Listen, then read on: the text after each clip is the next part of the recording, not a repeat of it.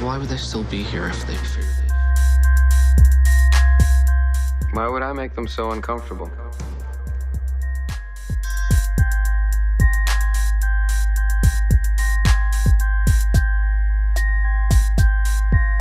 Who are you people?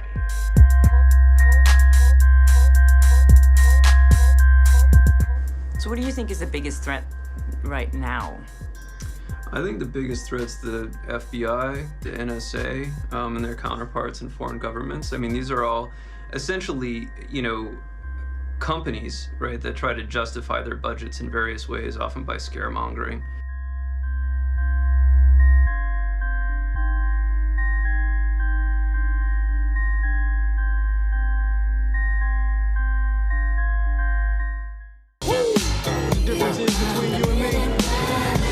I make this look good. What are the Men in Black? People have been reporting their own Men in Black experiences and eyewitness accounts since the beginning of the UFO cover-up history.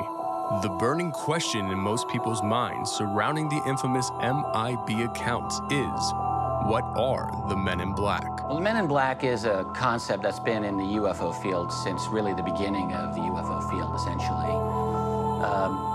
And there's a weird thing about it because there's always been two different components to this phenomenon. There are cases where a UFO witness or someone who has some connection to the UFO phenomenon is then accosted by usually two individuals, often in pairs, sometimes singular, sometimes even more than two, but often two. And there are times when very ordinary, human-looking intelligence types approach someone and either warn them off of their investigation or will actually make it very clear to them that they're dealing with a UFO phenomenon. But in all cases, the idea is to scare off or intimidate the witness so that they don't pursue whatever it is that they're looking into. Yeah, it all seems pretty horrible, especially if they threaten you or threaten your family, and you're not sure if they're from another planet or not. Historical accounts of the Men in Black recall the overwhelming sensation of fear experienced by those who have had prior encounters with UFOs or something out of the extraordinary. This fear is a tool used to suppress an incredible UFO event from the public. What are their true goals? Are they outdated military relics from the past, or are they covertly influencing today's society through misinformation, fake news? The earliest recorded encounter with a man in black was in 1947. Harold Dahl, a conservationist, was near the shore of Murray Island in Washington. Dahl's job was to retrieve serviceable lumber that was often just floating around in the water back in those days. And he would bring it back and that would be their business. That's their business model. And so Dahl is out in a boat for this purpose with his teenage son and dog, actually. And he sees 6 discs.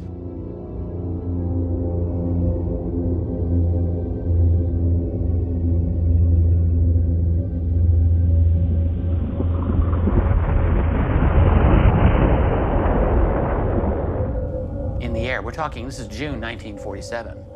This is actually right before, a couple of days before, Kenneth Arnold's famous sighting of flying saucers over by Mount Rainier in the state of Washington. So just a few days before that, Dahl is out in his boat in the water, and he sees these 6 disc-like objects. One of them's in trouble.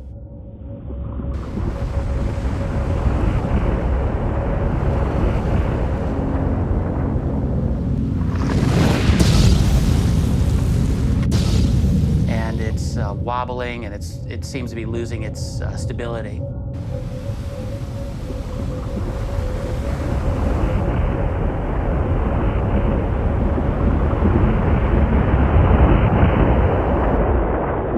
And the other discs come toward it, according to his description. And this disc that's in trouble releases material that almost looked like some kind of slag that is like a rocky type of material that comes out. And according to what Dahl said, some of this material hit his son, injuring his son's arm, and supposedly killed his dog. And then after the object lost its material, it regained its stability, and all of these objects then departed. So Dahl spoke to his supervisor, Fred Chrisman. Here's where the Men in Black scenario comes in with Harold Dahl. The next day, what it comes down to is there's a diner. There was a diner in that area where he's having breakfast the next day, and he has a conversation with this mysterious man he's never met before. Dahl initially expected this man was a lumber dealer, and he was expecting just to do a standard business arrangement with this guy. He dealt with strangers all the time who were interested in lumber. It turns out this man was nothing of the sort. This man then relates every single thing that had happened to Dahl the previous day. And he knew all about it, to Dahl's shock. I mean, that would be a shocking thing for anyone to experience.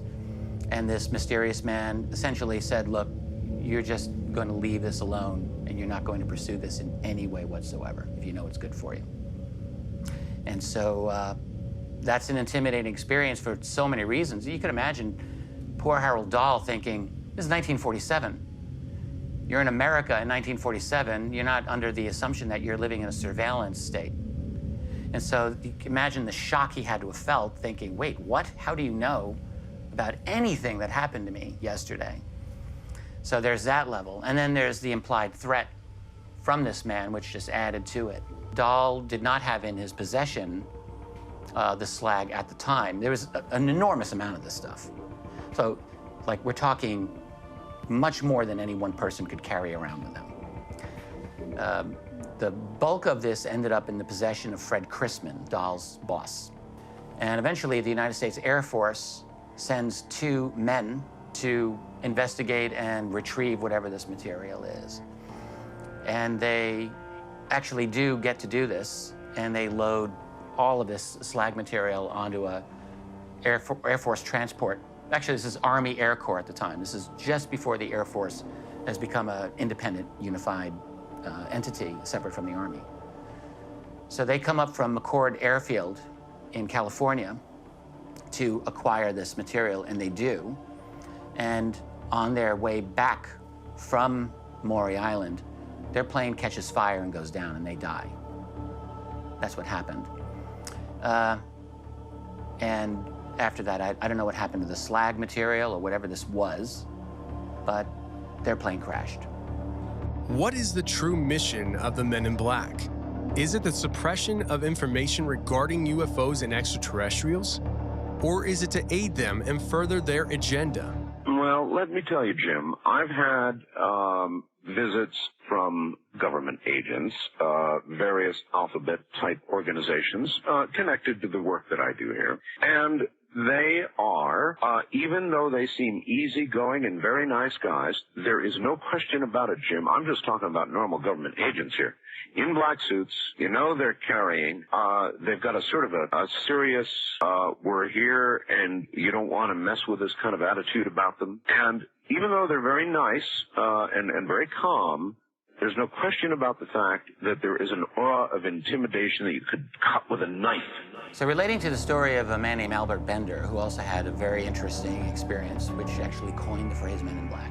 Bender was one of the earliest organizers of kind of civilian UFO groups. It was the International Flying Saucer Bureau. It was a publication that was quite successful by 1952 standards, you know, printing out the publication, mailing it out, and getting subscriptions that way. It's not easy. It wasn't easy to do back then. Albert K. Bender founded the International Flying Saucer Bureau in 1952 during the big UFO flap.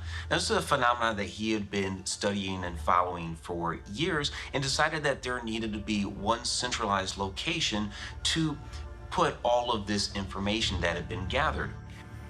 But he was doing a pretty good job. Now, 1952 was a very big year for UFOs in the United States, a very, very big year.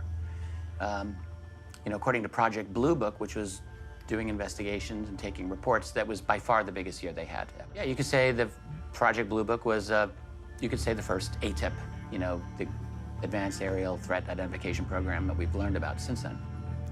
But in Blue Book, they had over 1,500 UFO reports for that year, which is all pre-internet. To get that many reports that people send in that's a lot. A lot of those were very intense military encounters, like very well documented. This is the year that for 2 weekends in a row, flying saucers were seen over the Capitol in Washington, D.C. that summer. It was the summer in which the United States Air Force held an enormous press conference all about this. It was a year in which, if you were to go into Wright-Patterson Air Force Base's Project Blue Book office, according to Edward Ruppelt, who was running it back then, he said, if you were to come in here, you would have thought there was an invasion underway. It was that intense. There were a lot of people in the military who actually believed that the secret was going to come out that year.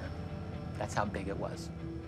So in the midst of all that, you have a young guy like Bender who is investigating this on his own, and he's getting contributions from other writers, and he's got a decent publication going. It's quite successful.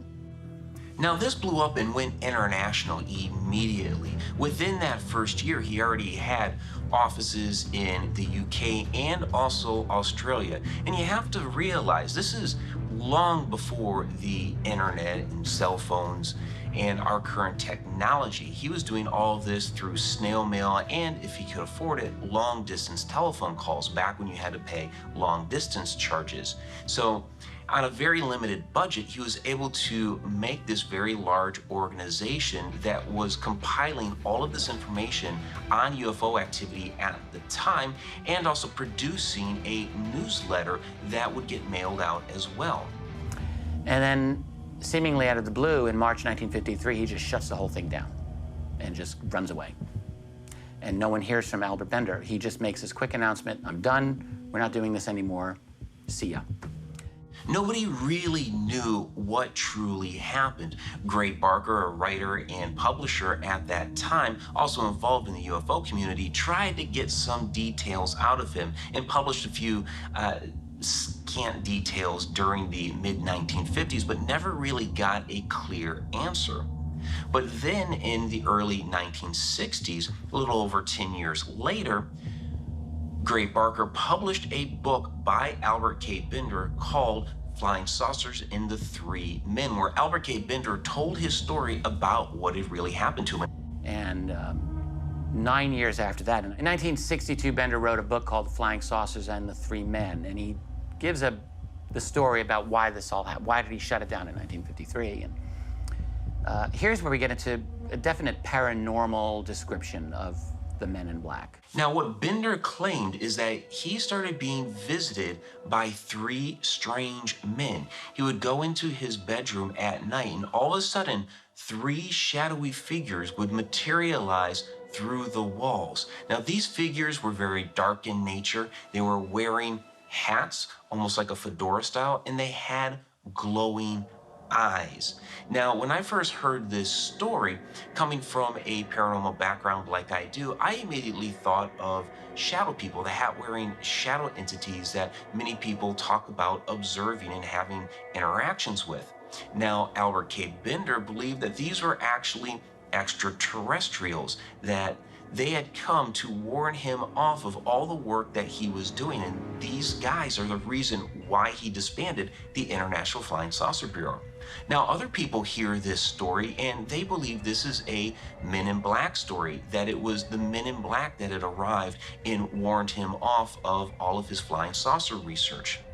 Now, with Bender, what he believed that these entities were, that they were ETs, they were extraterrestrials from some other world that had come to our planet to harvest resources down in Antarctica, where they were harvesting these resources out of the water. They were here on a 15-year mission to do so, and Albert Bender could not say anything about the true nature of what he had observed, who he was interacting with, and why he had disbanded the International Flying Saucer Bureau until these ETs had left Earth, which is why several years later in the 1960s, he came forth with his story and published the book through Gray Barker. He noted that they had red eyes, So anytime you're going to see a being that can mysteriously enter your room and they've got red eyes, I think the implication is going to be that these aren't quite from our neighborhood. They're from somewhere else. So Bender, you know, it's tough enough for people to accept this ordinary paranormal element of the story. I mean, that's difficult enough. Then he added that they gave him, well, they gave the reason why he couldn't investigate this. And they, according to Bender, they said, well, we're mining in Antarctica. And this is very important, and we don't want you to disturb this and cause us any trouble. And they gave him, according to Bender, they gave him a medallion and stated, when this medallion disappears, that will mean that we're gone. And then you can talk about us. You cannot talk about us until then. And according to that reasoning, the medallion disappeared, I guess, in the early 1960s, prompting Bender to write his book, which was published in 1962. And, you know, I mean, it's not difficult to understand why people would have a very hard time to believe that. Where's the evidence? Oh, well, the evidence disappeared. No medallion. Antarctica, like, especially in 1950s, and, you know, there would be no reason anyone would possibly think that there was work going on in Antarctica, the most remote, desolate part of the planet. Pretty fantastic. Nowadays, there's all kinds of talks and rumors about Antarctica in the UFO field. It never stops. Fully illuminated round object was hovering silently over the missile silo and shining a light down onto it. And then from this dead stop, it shoots off to the east, just like now you see it, now you don't. This planet is being visited by beings from another world. In 1964, Dr. Robert Jacobs was in charge of the optical instrumentation of ballistic missile testing. There, he recorded footage of an ICBM and was surprised to find the extraordinary. Here, he recalls the events in detail. And flying downrange, we got all three stages of powered flight. And as the dummy warhead and the package flew on down range, we were all celebrating the fact that we had seen the thing and accomplished the mission. So another interesting story concerning a man named Dr. Robert Jacobs, who was a highly qualified scientific professional who in 1964, he was very much involved in film recording of missile launches out of White Sands Proving Ground in New Mexico, where ballistic missiles were being tested. And what they would do is they would launch these missiles and then record them.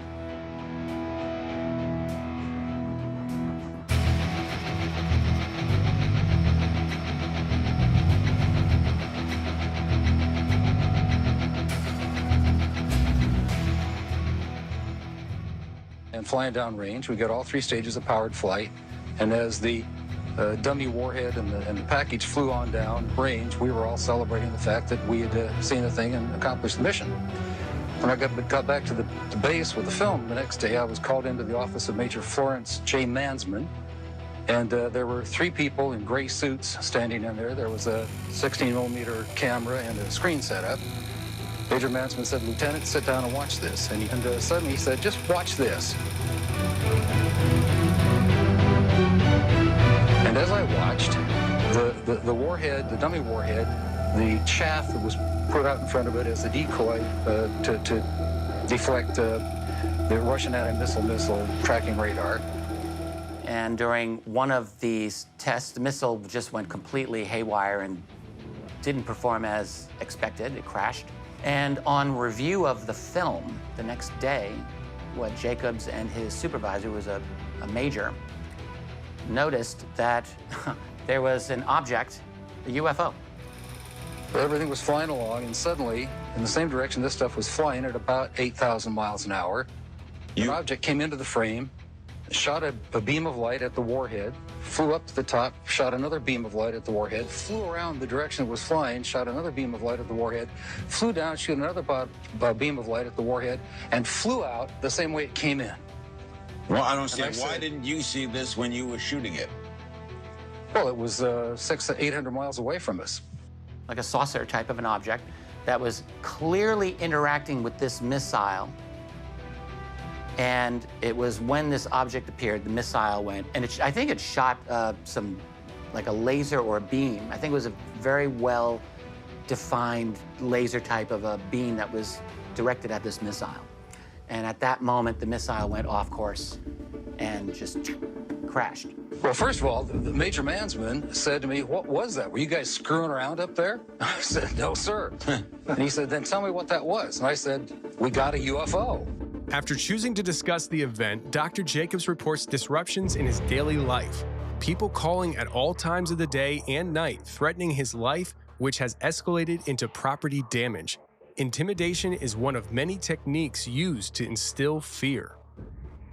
And he said, "Lieutenant, you are never to speak of this again. As far as you're concerned, this didn't happen." Eventually, Major Mansman confirmed Dr. Jacobs' claims of a UFO interacting with the ICBM. The Major also disclosed that 2 agents who were not the CIA took the footage and altered it. All film evidence of the UFO and its interactions with the missile were missing. The Major reported that one agent said to him, "That leaves you off the hook, but not off disclosure." Understood? Somehow the Major had said to Jacobs that these men told him they erased the flying saucer from this film. And they said, "You're off the hook, but you're not off of disclosure." In other words, you're not in trouble now because we've cleaned the film up, but don't you talk about it. So that's 1964. And Jacobs, then you fast forward to the Disclosure Project with Dr. Stephen Greer. We're talking late 1990s now, when Jacobs did an interview with Greer and talked about this event. And that was published in Greer's book, I think, the following year, in 2000. And what Jacobs said in the aftermath of that was that he was subject to a range of harassment type of activities. Some of these things would include threatening phone calls at all times of the day, and even to vandalism against his property damage, and acts of intimidation of this sort, which, yeah, that's going to intimidate people. So the whole point of this type of activity, obviously, would be to frighten you, the witness, enough to realize you'd better not talk about this because you're dealing with people who will do damage to you. And, you know, if they can wiretap your phone or if they can threaten you at any time of the day, who knows what they're capable of doing. Happened to a Dr. Hopkins in Maine in 1976. He was met or contacted by a man in black who was bald, had dead white skin, and no lips. The lips were simulated with lipstick. Now, there have been some visits by these types of individuals in which the witness doesn't believe that they're fully human. So there's an odd component to some of these encounters. And in fact, when you really go through some of those descriptions, it's easy to see why people would conclude that. Some of those individuals are described physically as having very pasty skin or very unusual physical features, like very thin, clothes don't fit them properly, odd behavioral characteristics. In some cases, the witness will say that they almost seem to lose power or energy in the middle of the interview, and then they just leave, as if they're like robots running out of battery power, you know, something like that. So you get these two disparate types of men in black stories. And that's always been the tension that you get with the men in black phenomenon. Are we dealing with, you know, people working through the CIA or Air Force Office of Special Investigation or something like that? Or are you dealing with, I mean, really the implication is, are you dealing with non-humans posing as human beings for their own purposes? And that's always been the tension. As witnesses continue to come forward with their experiences, it is believed that the men in black shifted their approach to publicly debunking those claims through proxy. Credible reports of abductions circulated throughout the UFO community and was met with heavy skepticism by debunkers. He got his start as a debunker in the mid-1960s with the idea of ball lightning to explain away one particular interesting UFO event. Through the 60s, made it his personal vendetta to destroy the career of James McDonald, the atmospheric physicist, who was very, very strong UFO proponent. And then by the 1970s, Klass really was hitting the big time in terms of media attention and in terms of his prominence as a UFO skeptic. Certainly by the 1970s, Philip Klass had become the #1 active UFO skeptic by far. Credible reports of abduction circulated throughout the UFO community and was met with heavy skepticism by debunkers. Are you a debunker of all UFO stories? Well, Is that your purpose? I look for explanations. Now, you know, you can look at probably the most prominent skeptic of UFOs during starting from the mid-60s, right through the rest of the 20th century, was a man named Philip J. Klass. Now, Klass wasn't a true man in black, the way that previous men in black were described, you know, coming into your house and threatening you. Klass worked in a different way. He engaged in countless smear campaigns through the media to discredit individuals associated with UFOs, most famously the atmospheric physicist James McDonald, who is really a hero in the UFO field, and rightly so. Klass went after McDonald like a war, a personal vendetta.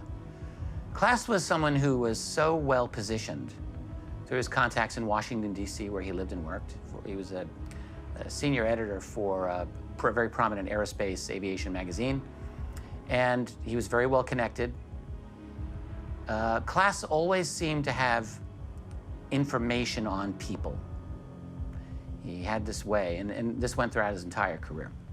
There is no more exciting story that I could write or Aviation Week could publish than to say, at last, we've come across one UFO report that cannot be explained in prosaic terms. Maybe this is an alien spaceship. Biggest story of all time. Yet in more than 22 years as a hobby of investigating famous, mysterious UFO cases, reports, I have never found one that cannot be explained in prosaic earthly terms. He once tried to bribe one of Travis Walton's co-workers. You know, Travis Walton had the very famous UFO encounter in 1975 where he was missing for 5 days. Klass actually tried to bribe one of Walton's cohorts to deny the whole thing ever happened. He offered him $10,000. This is how Klass worked constantly. You know, just like Philip Klass when he offered me the $10,000. That was a lot of money back in the 70s. And there's always been very, very strong suspicion. No proof that I'm aware of, but very strong circumstantial evidence that Klass was some kind of asset of the U.S. intelligence community doing work for them to discredit the UFO subject. He definitely was promoted by Edward Condon of the famous Condon Committee from the late 1960s that infamously tried to debunk UFOs scientifically. Our latest book, Stanton Friedman and I have written Fact, Fiction, and Flying Saucers. It's based upon years of archival research. He went to Harvard, read Donald Menzel's archival files. I went to the American Philosophical Society. I made several trips there. And what I found in the correspondence files was a plan to debunk those individuals who had very compelling cases, and also to attempt to reduce the credibility of scientists who had an interest in investigating UFOs and who were speaking publicly about that. I have a letter that Dr. Edward Condon wrote to McGraw-Hill, and in that letter, Edward Condon stated, if you need anyone in the media to make public statements about UFOs, I would advise you to use Philip Klass. But Condon certainly worked hard to try to promote Philip Klass as much as possible as someone who would be relied upon to give the proper perspective on UFOs, that is the skeptical debunking attitude on UFOs through the media. Klass is someone who was able to get New York Times op-ed pieces and articles like no problem. He was on CNN all the time, Larry King. He was always able to get access to major media in a way that normal UFO researchers would have just, you know, given up an arm to be able to have, but Klass just had this magical ability to connect with all major media. And you could certainly say that Klass is a new version of a man in black, not in any way like the mysterious, intimidating figures coming to your house.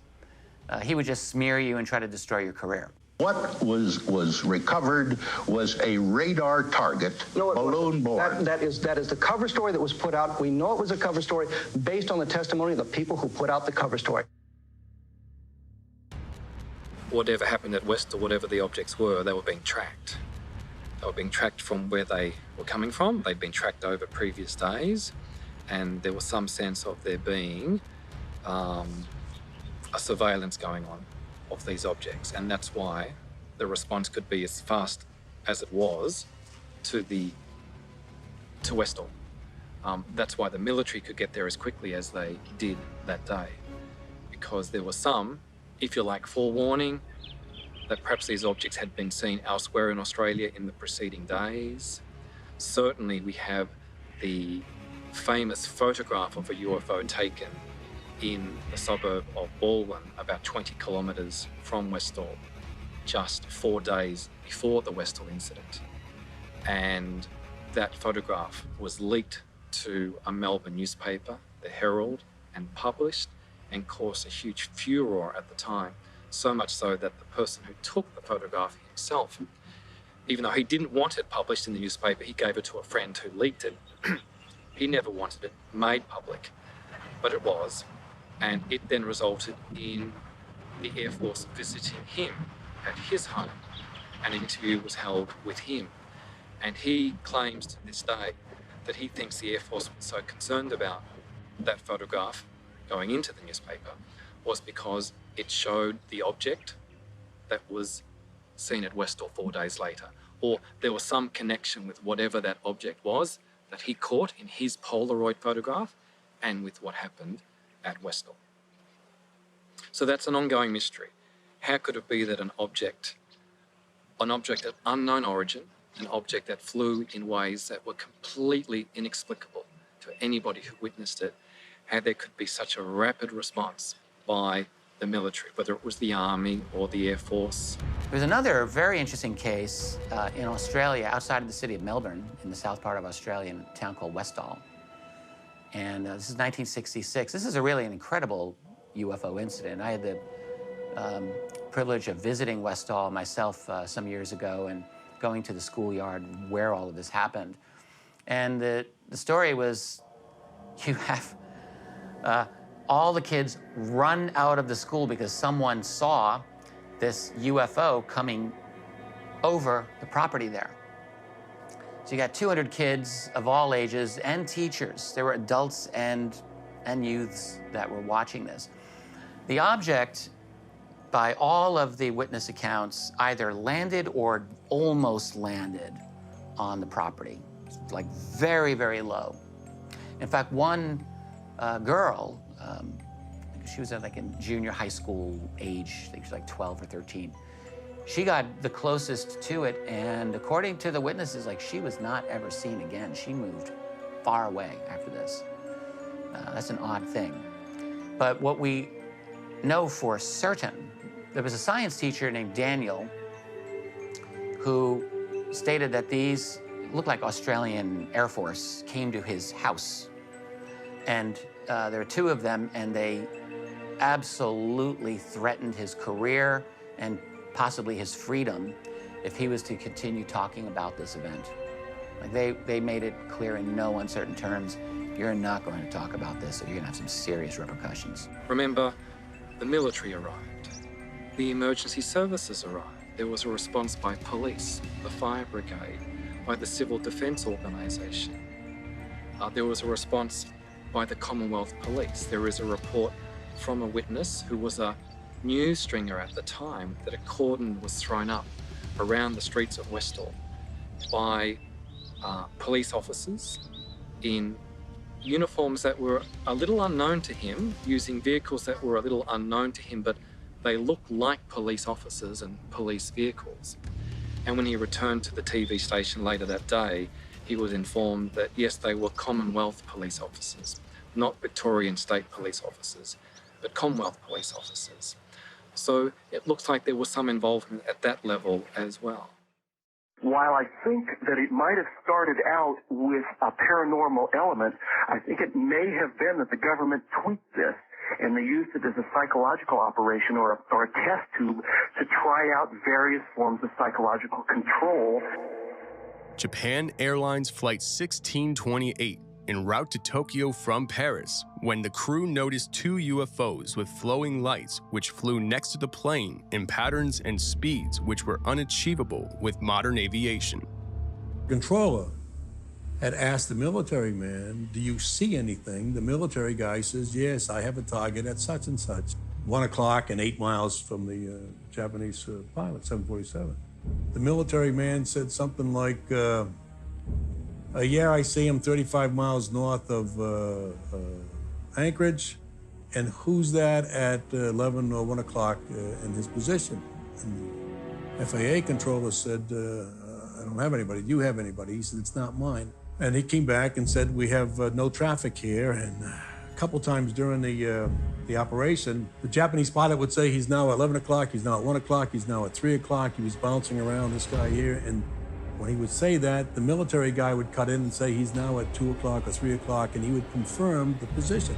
The military controller has what they call height-finding radar, and they have long-range radar and short-range radar. So if they don't catch it on one of their systems, they catch it on the other. And if you listen to the military man, at one time he said, I have it on the height radar or my range radar, whatever he called it, which indicated that he had a target on his system. Oz wouldn't record it. Well, they ran through for the best part of 31 minutes. The UFO would be in one position or the other, following our Japanese 747. After a while, they changed his altitude. It still stayed with him. They gave him a 360. When you're a 747, you make a 360, it takes you a few minutes to turn around. You cover a lot of space. It still stayed with him. It was either in the front, on the side, or behind him. 10, I approve 1628 to make deviations as necessary for traffic. The traffic stayed with 1628 through turns and descents in the vicinity of Fairbanks. There's another very interesting, we can call this a Men in Black incident in a way. And by the way, relating to that encounter, good old Philip J. Klass was able to work his way with his organization, which was called SciCop, the scientific committee to investigate claims of the paranormal. They have a different name now. And they were able to get a piece in the New York Times, during all of that, to debunk the whole thing and say, well, it was just the planet Jupiter. You guys don't know what you're seeing. You made a big mistake. But in 1986, we have an interesting occurrence. On November 17th of that year, there was a flight called JAL, Japan Airlines Flight 1628, from Tokyo, and they were going over the Arctic Circle area, actually flying down over the state of Alaska, when this entire 29-minute recorded incident occurred, in which this airliner was accosted by an enormous, absolutely enormous object that there's drawings of it by the pilot, whose name was Kenjiro Terauchi. And it's almost like this massive, like the planet Saturn. It's like this big, big, roundish object. They're watching it, and they're scared out of their mind. And they've got it on their airborne radar. The ground radar also is tracking this thing. And as I recall, at least one other airliner in the area saw this thing visually. So there's lots of data points here. What's interesting about this case is that they're flying side by side, this gigantic object, and it releases a smaller object, or at least I think it must release it, because this smaller object gets in front of their cockpit. And in fact, it's two of them where their cockpit is bathed in this green light for a while.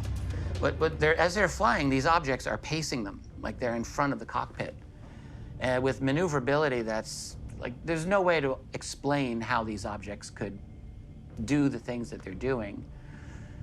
They eventually depart. You can imagine the fear. So Terauchi's getting permission to try to move his aircraft differently just to get away from this thing. And the entire experience lasted for 29 minutes in terms of the actual observation. The next day, I got a call from someone with the scientific study group or the CIA. I'm not sure who it was the first time. And they wanted to know, they had some questions about the incident. And I had said, I don't know what you're talking about. You probably want to call the Admiral. A few minutes later, the Admiral calls down and says, I set up a briefing tomorrow morning at 9 or 10 o'clock, what it was.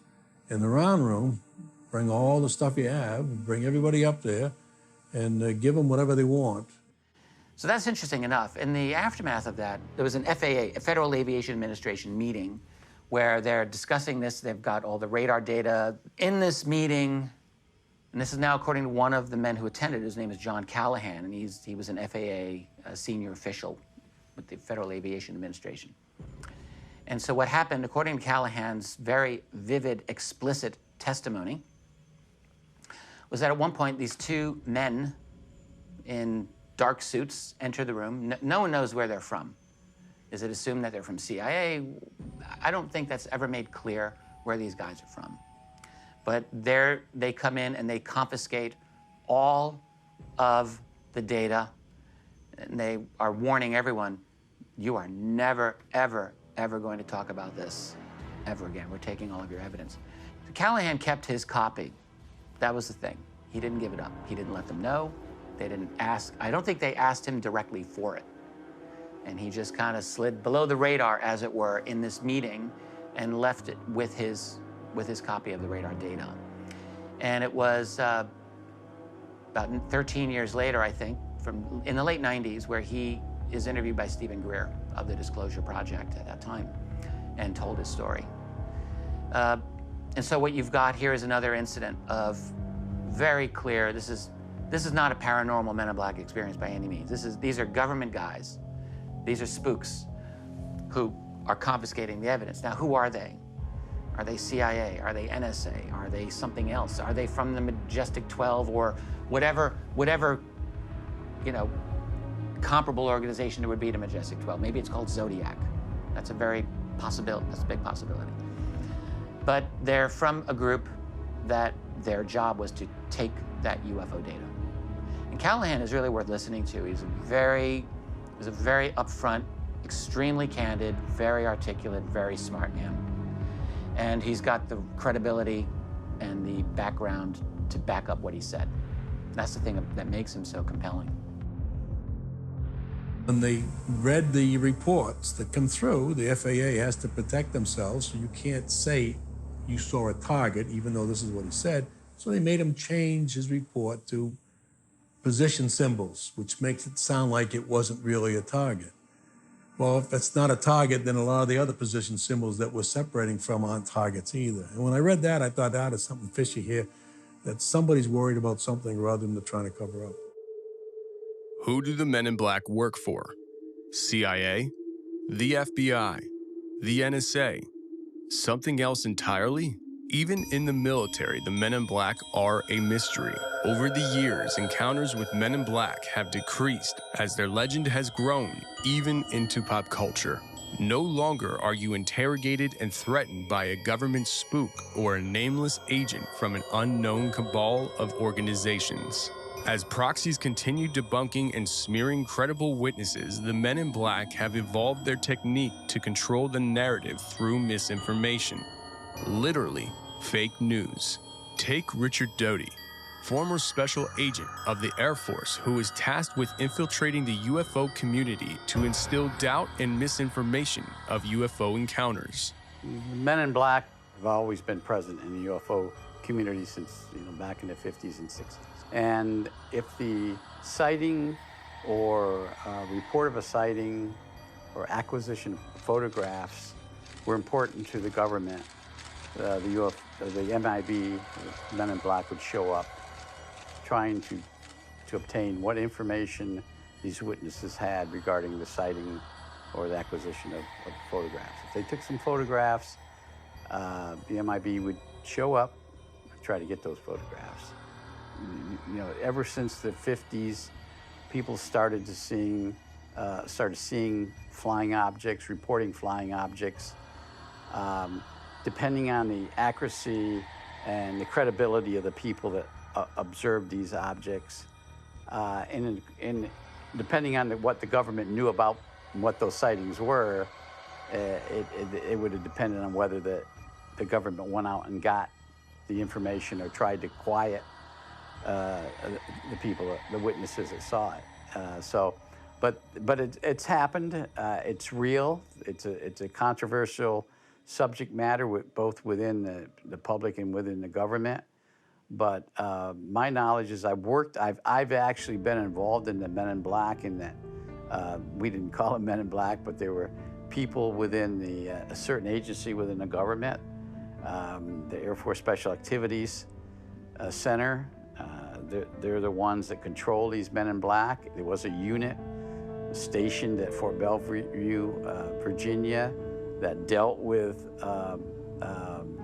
obtaining information from witnesses. But the controversy, of course, centers around how these Men in Black, or number one, who they were, number two, how they obtained the information for witnesses, and number three, where that information went after the Men in Black got the information. Now, these Men in Black, as you call them, that are prominent within the UFO community, they have a mission. They're assigned to an intelligence unit. They're given a mission to go out and interview these witnesses that saw this, or that have already reported a sighting or collection of data, pictures, so forth, evidence. And so they're out there on a mission. Now, how they operate that from that point on is really up to them. How are they going to get that information? If you're the witness, and we've tried officially, where two Air Force officers come to you in uniform, not a Men in Black, but in uniform, come to you and say, we're from the United States Air Force, and I understand you have pictures of something that you saw last week, and we would like to see them because we think that those pictures could be of a classified project. So we would like you to show them to us. Well, if you say, they're my pictures, I took them, I don't have anything to the military, you don't have no jurisdiction over me, no, bye. And so the Air Force officers leave, and the next day or 2 days or 3 days later, you're visited by two other men. I'm U.S. government credentials, and you took pictures of a classified aircraft yesterday or whenever, and we need to look at those pictures. And you only have one way of doing this. You have to turn them over to us, or we're going to go to the court of law or some other threat. So those are the type of operations that I've seen, I've been involved with. Whether they eventually turn it over, if they don't, there's other means that they can use. But there's other ways. Surreptitious entry into your home. You come home one night from the movies or going out for dinner, and you come home and you find your house to be perfectly the way that you left it, except that where those pictures were stored, the pictures are gone. Or the opposite will happen. You'll come home, the window will be broken, we had a burglar, and they stole this, they stole my television, they stole this, and they also stole those pictures. Now it looks like a burglar. So you call the local police, and you tell the local police, and the local police are going to say, well, so you had pictures taken, there's nothing we can do about that. Jody, my girlfriend, woke up frequently seeing tall, black figures in the room looking down on her. Other times it would be simple mysteries, such as coming home to an apartment that had obviously been tampered with. Paul Benowitz was a successful entrepreneur and scientist who lived in Albuquerque, New Mexico. There, he unintentionally stumbled into radio transmissions from a secret military base just beyond the border of his city. Later, this base would become known as Dulce Base. Benowitz was then contacted and influenced by Richard Doty. Little did he know he would become a victim of a mass misinformation campaign that would end in tragedy. Now, there is one person who has called himself a Man in Black who's very well known in the UFO community, and that is Richard Doty. Now, Richard Doty was a member of the Air Force Office of Special Investigation, AFOSI. That's like the Air Force's, their version of the CIA, you could let's say, their intelligence agency. Part of his job was to protect U.S. Air Force technology, secrets, and things like this. And one of the things that the Air Force would do to protect those secrets is, like there's one instance that I know Doty has talked about in which there is a crash of a secret experimental aircraft, and witnesses actually had photographed it, and you have a situation of AFOSI going to meet with these witnesses, or this witness, and to say, look, this is a UFO, or let them believe it was a UFO and confiscate the images, rather than let them know, yeah, you actually photographed something that we're building that we don't want anyone else to know about. Don't you think it's a UFO? Did you ever see a craft operated like that? You just have to put that idea in their minds. And I go back to the Paul Benowitz case, which I was involved with. Paul was already a believer. And what he was doing is he was taking pictures of the U.S. Air Force highly classified drone projects. The project was highly classified. I went to Paul, and Paul was already a believer. He was already a member of MUFON. So it was very easy for him, for me. I said, what do you think it is, Paul? He said, I think it's a UFO. I think it's alien craft. I said, you know what? Could very well be. That's all I had to say. And Paul ran with it and believed it, and you know, the rest is history. You know, you can believe this or not. At least some of those things that witnesses photographed were not ours, and they were not Russian. So there were instances, according to him, at least this is my understanding, in which there were objects that were not from here, but they wanted that information as well. Now, again, is this true or not? Who knows? We were able to, and this isn't classified anymore, one of the things that Paul Benowitz had also kind of stumbled into by recording signals was our ability to shoot a laser at a ground-based laser station up into space, and as the Soviet satellite came over, that laser would hit the lens and blind the satellite while it's going over a certain base, preventing that satellite to take pictures of a base. Now, there was a satellite base at Kirtland Air Force Base and one out at Groom Lake. It was actually two out at Groom Lake, one at their different locations. And that's when every time a Soviet satellite would come over, they'd shoot that laser up and blind it so they wouldn't be able to take a picture of what was on the ground. But here's what we know about Mr. Benowitz. He was a very smart, capable defense contractor. He lived in Albuquerque, right by Kirtland Air Force Base, by the Manzano weapons storage facility, which is very important. And his office was right across from there. And he witnessed things that he believed were very strange. We're talking 1979, 1980. And Benowitz was a real patriot. And he contacted the Air Force. He said, look, I'm recording things over there that these are like UFOs. And he openly told them, I think we're talking November 1980. And this is when Doty gets alerted to this, and he is sent along with other individuals. Doty's not the only one. They go to visit Benowitz to find out, like, what does this guy have? And the reality, apparently, is that Doty and Benowitz became genuine friends. I mean, probably his job was to befriend Benowitz, but I do think that they actually ended up liking each other. But Doty was working Benowitz, and his job absolutely was to protect any secrets that the folks over at Kirtland needed him to protect. That was his job.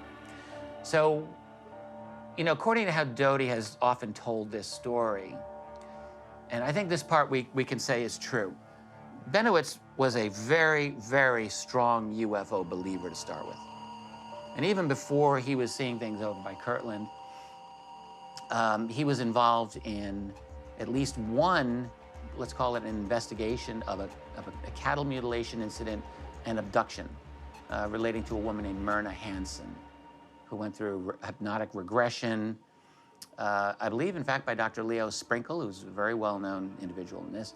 And Benowitz was there, and Myrna Hansen was regressed, and she gave a very detailed account of of being taken to an underground facility.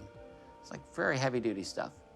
So Benowitz was deeply involved in all of this. Then he sees so he sees things and he's recording emissions that he believes are like a form of alien communication. So with that, Doty and his team go to talk to Benowitz. And did Doty explicitly give Benowitz false information, or did he show Benowitz things and let Benowitz draw his own conclusions? I think definitely the latter happened, and maybe some of the former happened also. For example, there was one story where Doty took Benowitz to Dulce, New Mexico. Now, Dulce has a legitimate history of bizarre cattle mutilations and UFO activity. I've been there myself, and in fact, I spoke to members of the Gomez family in Dulce some years ago. And this is a family that lost, I think, over 50 head of cattle to mutilations during that period of time. There's reason to think that it might be beyond human, and there's reason to think that there were definitely human intelligence operators there as well. There's a lot of strange things that happened over at Dulce. So, and over at Dulce, you've got Mount Archuleta and Archuleta Peak. Yeah, I think that's it. So there's these two large structures there, and there have long been rumors of underground facilities there, and in fact, I think that there probably were underground facilities there. I recall distinctly speaking to Edmundo Gomez many years ago. He was the son of the senior Gomez at the time, and Edmundo told me, he said, look, in the early 70s, we could hear all kinds of construction sounds coming out of there, and we all believed, he said, that there was some kind of construction going on at Dulce. That's his opinion. In any case, Doty at one point takes Benowitz either on a helicopter or aircraft, I can't remember which, and they fly around Archuleta Peak. And Benowitz draws the conclusion that there is an underground base there. And I think this is how Greg Bishop wrote about this in his study of this called Project Beta, that there were like these fake artifacts put up by the Air Force to make Benowitz think that there was all of this activity going on, and make him think there was a big UFO thing happening there. And also to lead him away from his fixation on Kirtland, to get him to look at Dulce. That was part of this, at least according to Bishop's research. Roger, we copy. We're moving in forward. Penniston never talked about any of that taking place until after he went under hypnosis, and that's when it came out that he had sodium pentothal used on him, and he was interrogated. But he told them what happened and wrote it down, and they came back and gave him a statement on what he was going to give to the command, the chain of command. On December 26, 1980, Great Britain's most notorious UFO incident occurred at a United States Air Force base in Rendlesham Forest. Security personnel Jim Penniston, John Burroughs, and Edward Cabansag were alerted by radio that a UFO was seen moving in the forest on the perimeter of the base. They made their way out to the edge of the forest, and as they made their way in, eventually they stood right in front of something they could only describe as being from out of this world. This small triangular metallic craft had strange symbols etched into its surface. It emanated a vibrant glow that lit up the canopy of the forest, and it was almost soundless. It is said that the craft took off in an instant from the forest floor as if it disappeared into the night sky before them. These three eyewitnesses made their way back to the base by car, where many other observers of the UFO were stationed. As they arrived, they were surprised to have men in civilian clothing waiting for them. And to quote John Burroughs, "There were gentlemen there with sunglasses who took Jim and Ed off somewhere. We no longer saw them after we traded in our weapons, and I felt betrayed because they wouldn't talk to me anymore. What was said to them to clam them up so tight? I have no idea." This story follows an age-old pattern of a prominent Men in Black cover-up. A UFO incident occurs. Experiencers witness something that shouldn't exist in our conventionally understood reality. A meeting then follows between these experiencers and the men in black, which strikes fear in them to never speak about what they saw or experienced. We've got to get to it. We've got to get to it. We've got to know what it wants. Two people that were involved identified Green as being there, and Doty also said that Green came in.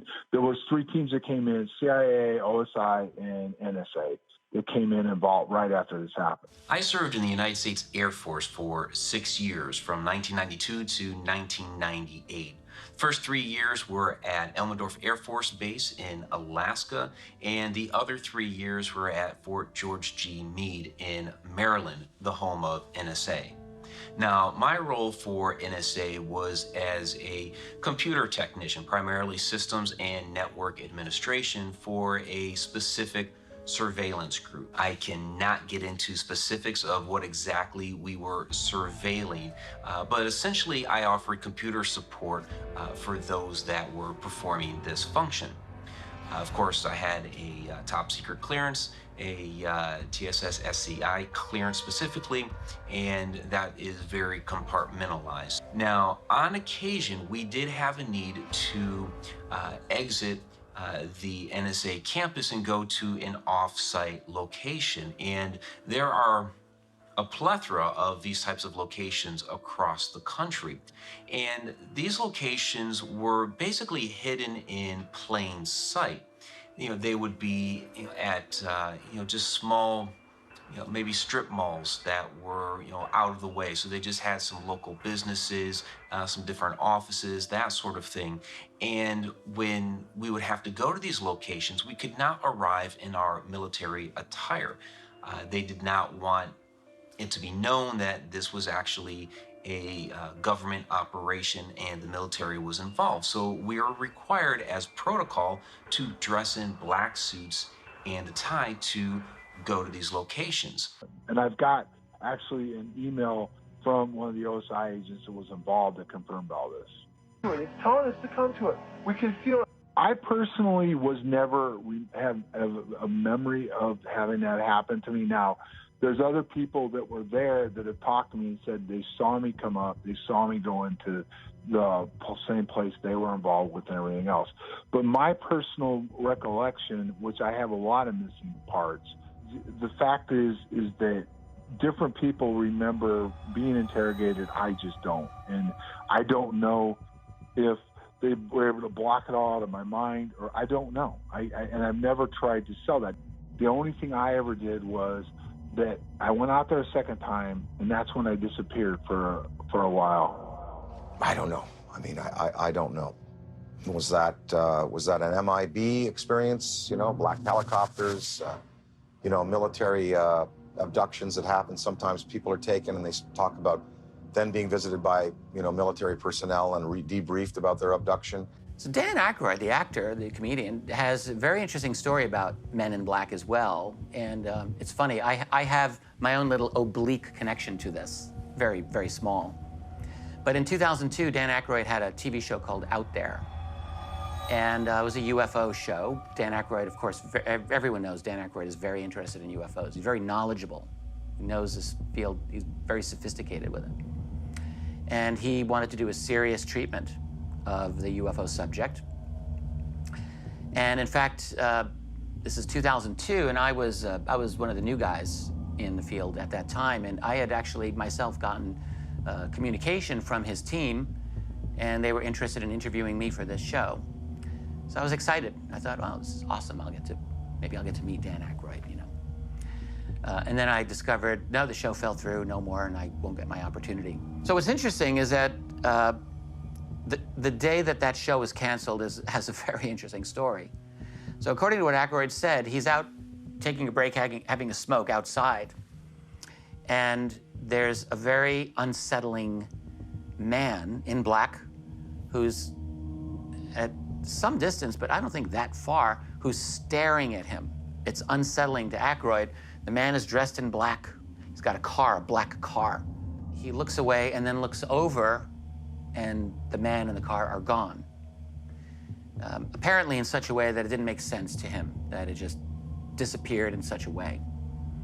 Right after that, he's back inside. He gets a phone call from his producer, who tells him, without an explanation, by the way, that the show's been canceled, no more shooting, it's over. End of story. Big mystery. It was, oh, hi, Brittany, sure. Oh, of course, I'd love to. Guy gives me a dirty look. Oh, well, sure. Car gone. That's what happened. And then 2 hours later, we were told we were not to continue taping, and the show was canceled, and none of them would air. I don't know. I mean, I don't know. Was that an MIB experience? So there's a very interesting, let's say creepy video that is available of two apparent men in black. And this has to do with an event that took place at Niagara Falls. Now, I don't know the date of this. The video itself was posted to YouTube in 2013, and it's very interesting.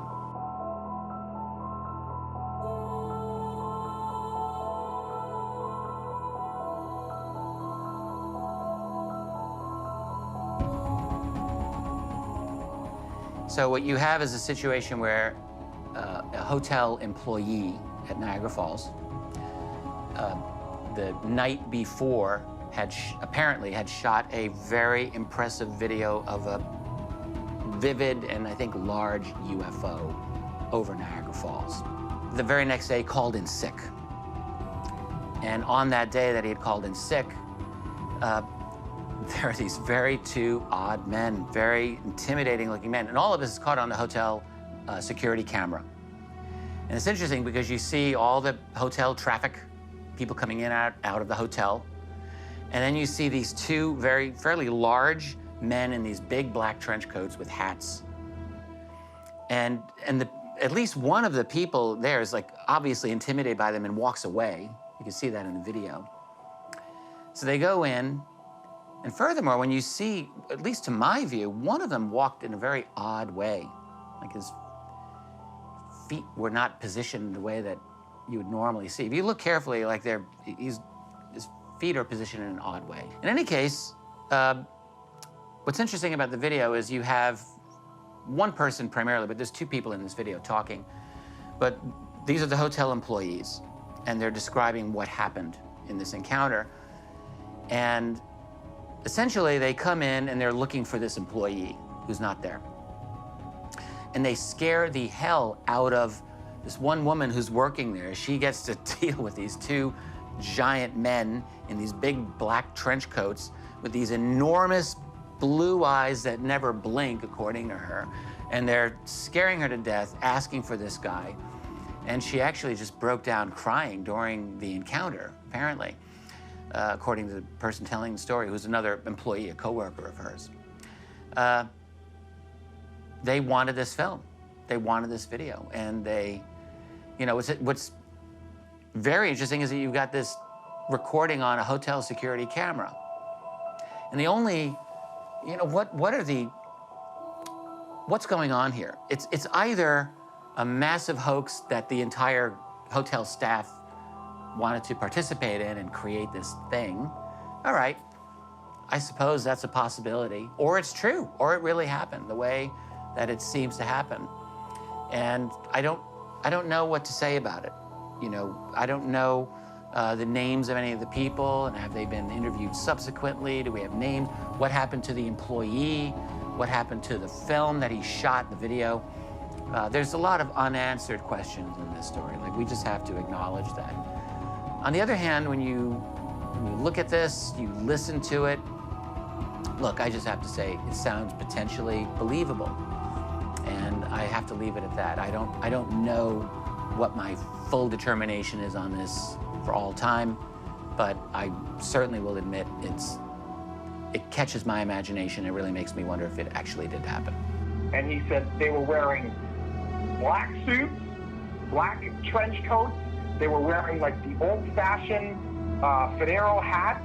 They had extremely, extremely pale skin.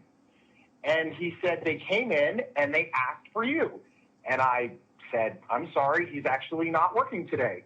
And it seemed like they didn't believe me. So they started to walk around the hotel, and shortly after they went to the tour desk. But he goes, they freaked me out, and I really wanted to tell you that there are these weird guys in here looking for you. UFO encounters have been mired in suppression, skepticism, and covert tactics termed the truth embargo. This truth has now been considered credible and worth investigating by the Department of Defense. A recent news release indicates the military is again funding research to the UAP, otherwise known as the UFO phenomenon. If there is a long history of information suppression quite evident, then should we trust the newfound interest in the UFO phenomenon by the U.S. government?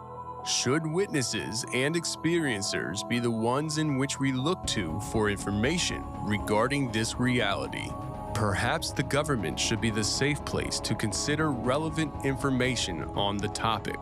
If that is the case, then the U.S. government will have to regain the public trust and undo decades of the truth embargo enacted by the men in black. The government would have to admit to the said suppression of information in the past, provide reparations for those targeted by the men in black, release all the credible documentation that has been scrutinized by the U.S. Department of Defense over the past 70 years, and finally, provide a clear explanation for how this should affect everyone's belief system going forward. We are not alone. The real question is, will the powers that be ever stop using men in black tactics to control the narrative?